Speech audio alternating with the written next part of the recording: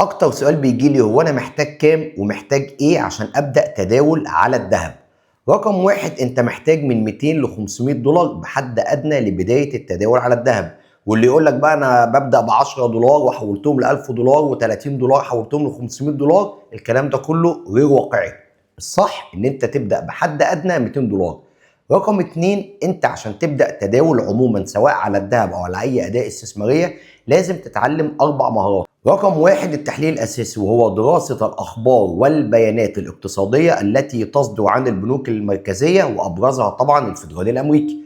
رقم اتنين، التحليل الفني، ودراسة الدعوم والمقاومات والمؤشرات التي تؤكد استمرار الاتجاه أو انعكاس الاتجاه.